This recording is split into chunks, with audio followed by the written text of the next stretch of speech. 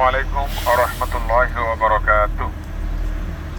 আবু বকর সিদ্দিক হজ কাফেলা নওগাঁ এর সম্মানিত হজযাত্রীদেরকে নিয়ে বর্তমান আরাফার পাদদেশ মসজিদে নামিরার নিকটে আমরা এখানে অবতরণ করেছি। সম্মানিত হজযাত্রী ভাইদের উদ্দেশ্যে বলছি, এটি আমার একটি মসজিদ, যে মসজিদে একসাথে কয়েক লক্ষ লোক, 5-7 লক্ষ লোক একই জামাতে নামাজ এখানে আদায় করে।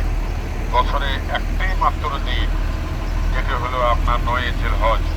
এই তারিখে আমিরুল হজ অর্থাৎ সৌদি গভর্নমেন্ট কর্তৃক যে ইমামকে দায়িত্ব দেওয়া হয়, তিনি এসে আরাফা মাঠে আহকামুল হজ, হজের বিধিবিধান সম্পর্কে বাদশার পক্ষ থেকে প্রতিনিধি হিসেবে তিনি খুতবা দিয়ে থাকেন।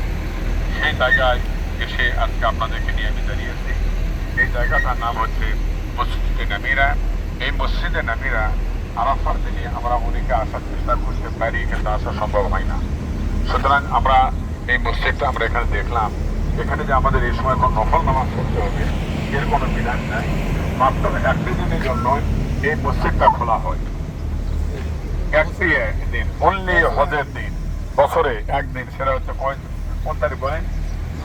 9 জিলহজ। আলহামদুলিল্লাহ, সেই জায়গায় আমরা এসেছি। এখানে আর একটি জিনিস আছে, জাবালে রহমত। কি আছে বলেন তো? আরাফার মাঠ একটা জিনিস, আরেকটি হলো হচ্ছে মসজিদে নামিরা, আরেকটা হচ্ছে জাবালে রহমত, আরেকটি রয়েছে আমাদের জন্য দেখার জায়গা। সেটি কোনটা জানেন?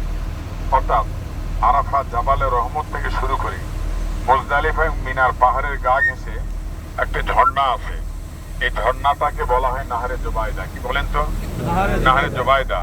আমি একটি কাহিনী বলছি, হুজুরও কিছু বলবেন। বাদশাহ হারুনুর রশিদের স্ত্রীর নাম ছিল, কি বলেন তো, জুবাইদা ছিল না?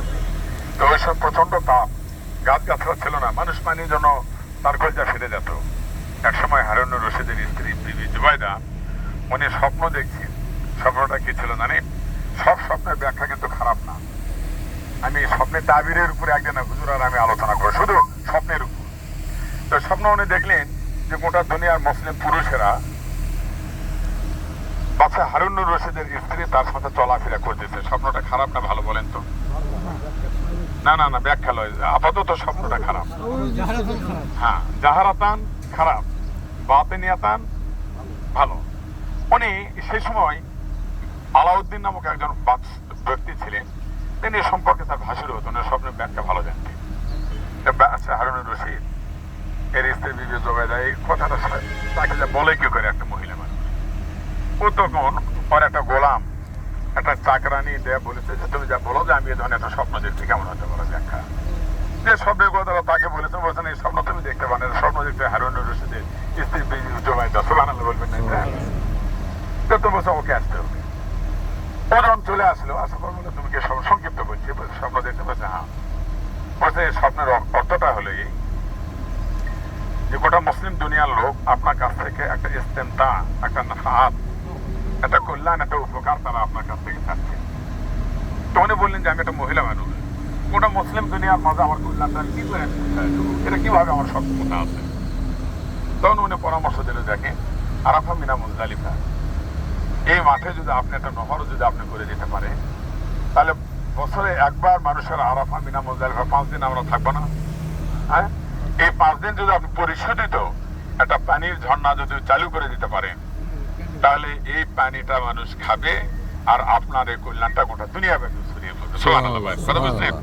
ওই সময় বাদশাহ হারুনুর রশিদের স্ত্রীর কথা, পাহাড়ের মানে গা ঘেঁষে এই মানে একটা নহর মানে একটা ঝর্ণা, একটা প্রসবন তৈরি করে দেওয়া হয়। এবং মাঝে মধ্যে আপনার দ্বীপ দেখেন যে ভাই, দ্বীপের নালা আছে না, মাঝে মধ্যে জমির দিকে নালাটা চলে যায়, ওখানে ওই রকম দেখবেন যে মাঝে মধ্যে একটা সুন্দর মতো ড্রেনের নালা, তার মানে পানি রানিং থাকতো। ওই সাগর থেকে পরিশোধিত পানি এখানে দেওয়া হতো। আর যারা পানি পিপাসু ব্যক্তি, ওনার ওই সময় যে আপনার চামড়ার যে আপনার ঘটক, মশক ইত্যাদি ওর মধ্যে ঢুকে পানি নিয়ে তারা পানি পান করতো। সেটা হলো এই আরাফার মাঠ। তাহলে আরেকটি হলো, রোদ যেহেতু ওখানে প্রচন্ড হবে, আমরা একটা ভালো জায়গা পেয়েছি। আর একটা জাবালে রহমা। জাবালে রহমত মানে কি? রহমতের পাহাড়। সুবহানাল্লাহ বলি। রহমত আমার নবীর নাম কি? রাহমাতুল-লিল আলামিন। উনি যে পাহাড়ে উঠেছেন, পাহাড়ের নাম হয়েছে রহমতের পাহাড়। রসুলের সাথে খালি একটু সংস্পর্শ লাগছে, পাহাড়ের নাম হয়েছে কি? জাবালে রহমত। গারে হীরা ওই পাহাড়ে কোরআন অবতরণ হয়েছে, কোরআনের সংস্পর্শে আসছে, পাহাড়ের নাম হচ্ছে জাবালে নূর, মানে কোরআনের একটা নাম হচ্ছে কি নূর, 55টা নাম আছে। সুতরাং সেই রকম একটা জায়গায় এসে কিন্তু আপনি আমি কি চলে আসছি। কি ভাই কথা বলেননি? আরাফার মাঠে 100 লক্ষ সাহাবাদের মাঝে তিনি বক্তব্য দিয়েছিলেন, বিদায় হজ, হজ্জাতুল বিদা। সেই জাবালে রহমতের পাহাড়ে যাদের একটু সমস্যা নেই, আমরা একটু উঠবো, এগুলোর উপর রাসূলুল্লাহ 100 লক্ষ সাহাবাদের মাঝে তিনি বক্তব্য দিয়েছিলেন। বক্তব্যের পর তিনি এক পর্যায়ে তিনি বলেছিলেন, হাল বাল্লাগতু রিসালাতি, হাল বাল্লাগতু রিসালাতি, হাল বাল্লাগতু রিসালাতি। সমস্ত সাহাবায়ে কেরাম কি বললেন? না, বাল্লাগতা রিসালাতা কামা হাক্কা, যেভাবে হক ছিল ওইভাবে আপনি রিসালাতের দায়িত্বটা পালন করেছেন। আল্লাহ নবী সাইয়্যিদুল মুরসালিন আসমানে দেখে হাত উঠে বলে, আল্লাহুম্মা শাহাদ, আল্লাহুম্মা শাহাদ, আল্লাহুম্মা শাহাদ, যে আল্লাহ আপনি সাক্ষী থাকুন। যেমনটা আরাফার মাঠে 100 লক্ষ সাহাবায়ে কেরাম হাত উঁচিয়ে তারা বলেছে, তুমি যে নবুয়ত এবং রিসালাতের যে মহান মিশন দিয়ে তুমি আমাকে পাঠিয়েছিলে আল্লাহ, এই দায়িত্বটা আমি আদায় করেছি। সাহাবায়ে কেরামের সাক্ষীটা রেখেছে।